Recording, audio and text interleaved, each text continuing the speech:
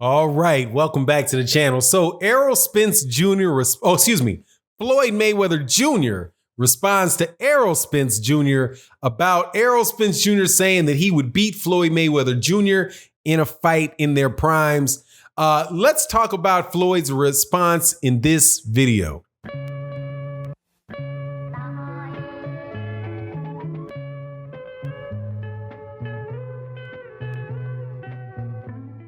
All right, welcome back. So Floyd Mayweather Jr. responds to Errol Spence Jr.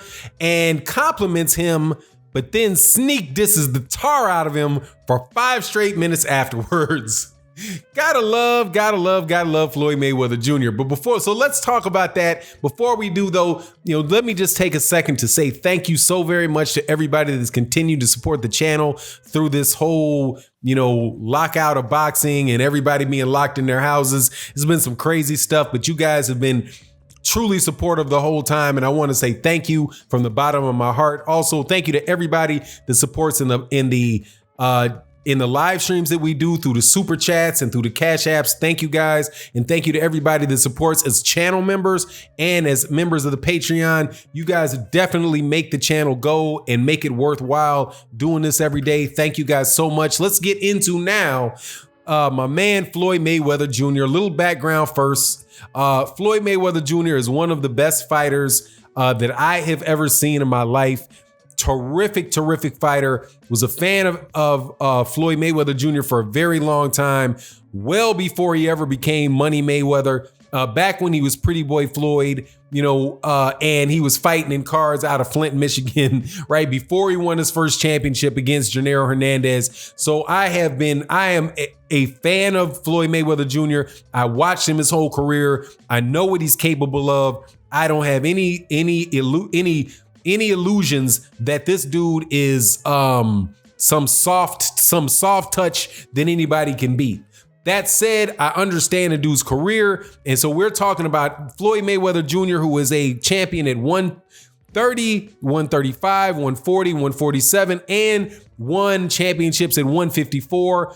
I do believe against Oscar De La Hoya at 154, and a catch weight fight at 152 with Canelo Alvarez. So his wins span 5 weight classes, which is not an easy thing. If you look at it at traditional weight classes, he would have had at 135 and 147. So it's really kind of like, he's a 135, 147 in the traditional weight classes, but 130 through 154 in the modern day weight classes. And I say that because a lot of times people are comparing Floyd Mayweather to all-time great fighters, and they say 5 divisions, but when you're looking at difference between this era and the era of a Henry Armstrong, it's really 2, because he couldn't have fought, because a 130 pounder in 1935 would have had to fight at 135 because there was no 130 weight class.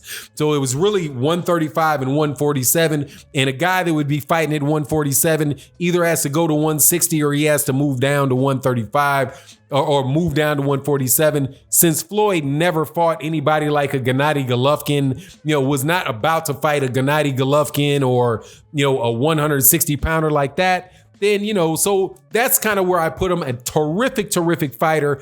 Errol Spence Jr. is also a terrific fighter, at 147. Right now, I have him as the best 147 pounder in the world and one of the top 5 pound for pound fighters going right now. So when somebody asked Errol Spence Jr. how they thought that fight would turn out, and Errol Spence Jr. says, I think that I would beat Floyd Mayweather Jr. I would, you couldn't break him down mentally. You got to break him down physically.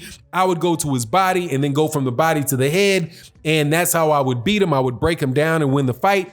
Hey, I respect that Errol Spence says that. If you look at the weight classes, the actual sizes of the guys and where they fought, hey man, Errol Spence Jr., if Floyd Mayweather Jr. came back and beat Errol Spence Jr., there's a very good argument that would be the best win of his career.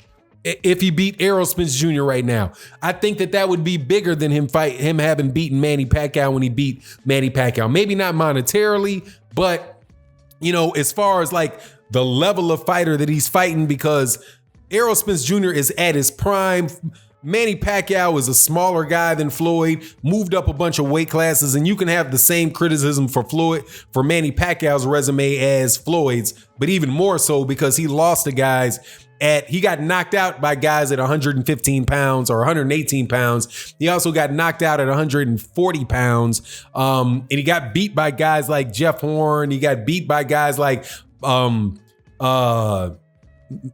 Terrible, but a great career. But if Floyd Mayweather Jr. was able to beat a prime Errol Spence Jr., even when he was in his prime, that probably would have been the best, most significant win in as far as a level of competition in Floyd Mayweather's career. Now, Floyd was asked about the question, asked to comment on that, and he gives an answer that is part, solid answer, but the second part of it was a straight diss at Errol Spence Jr. And there ain't no other way to get around it, because the first way he answered the question, he says, the first part of it was like, hey, he's supposed to think that. That's what I want young fighters to think. I want them to think, hey, that if I go in there, I can beat anybody that I get in the ring with. That's the mentality that you're supposed to have. So I respect that. Right? So right there, I was listening to the interview. I was like, yeah, that's what's up. That's what's up. All right, Floyd is not being petty, because Floyd can be real petty when it comes to people competing with him. Examples of him being petty is when he started selling himself as the best ever, TBE, and people would talk to him and say, that Muhammad Ali is the greatest fighter ever. He would bring up fights like, Muhammad Ali lost to Leon Spinks and Trevor Berbick. I would never lose to Leon Spinks and Trevor Berbick.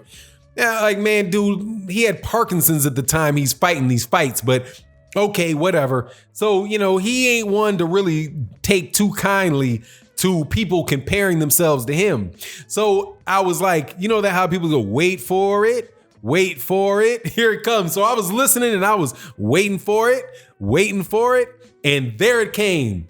He starts talking about how Floyd was not only great in the ring, but he also had the discipline to be a great fighter into his late 30s, and how there's a lot of fighters out there that aren't disciplined, aren't taking care of themselves, aren't doing the things that they're supposed to be doing, aren't fighting the fighter's lifestyle. And since you're not fighting the fighter's lifestyle, you're not going to make it to where he made it as a champion in his late 30s. He also mentioned that the guys that he's being compared to are older fighters, and how he won his championship at an early age and held on to it and kept winning and was on top of the game to an older age, where these guys are starting at later ages and not living a fighter's lifestyle, right? So who could it be that he was talking about? Obviously, he's talking about the guy that was the subject of the original question, and that's Errol Spence, because that's the criticism that is specifically being addressed at Errol Spence, that he's not living the fighter's lifestyle, which means he's blowing up in weight in between fights. That's something that Errol Spence Jr. himself said that he had fell victim to, right? Errol Spence Jr. is also he's also a fighter that started fighting later in his life, and he won his championship at an older age. I think Errol might have been 27. He might have been 27 or 28 when he won his first title, first won his title, right? So he's a late starter in boxing, and he won his titles at a later age. He's not, he right now there have been concerns about what he was doing in between the fights, right? One of the things Floyd Mayweather Jr. said is that you can't have this fighting lifestyle for 10 weeks, right? And which is during the training camp. You need to be living it and doing it 24/7 for your entire career. And that's something apparently that Errol Spence Jr. hadn't been doing yet. But you know what the saying is, and this is a great quote I got from a friend, the higher a monkey climbs, the more he shows his ass. So, I think Errol Spence Jr. was dealing with that, or was dealing with it. But with all of this stuff said, it's not too late for him to turn around, get his focus back or whatever. But I noted that Floyd Mayweather Jr. could not resist that. He couldn't resist it. Now, as far as how the fight would actually go in their prime, look, I'm never gonna say that somebody that never got beaten, that nobody else is able to beat, is some guy that's gonna get walked through or ran through. I don't think that's the case with Errol Spence Jr. and Floyd Mayweather Jr. if they fought in their prime, when they were both in their primes. But this is one thing that I will definitely say. I think that the fact that styles make fights is true with everybody. Everybody. And Errol Spence Jr. has a style that is very difficult, would be very difficult for Floyd Mayweather Jr. because he is, just like he said when he described the fight, he's a pressure fighter that is going to attack your body and then go to your head. He's very fast hands, has very fast feet. He throws a lot of punches. He cuts off the ring, and Errol Spence Jr. is not going to be an easy fight for anybody, just like Floyd's not an easy fight for anybody. And it would be, and Floyd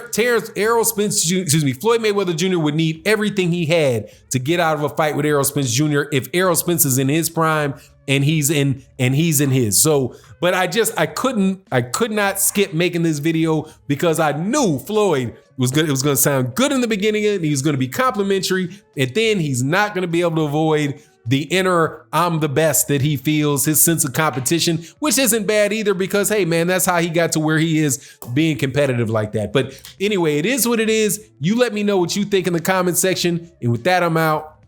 Peace.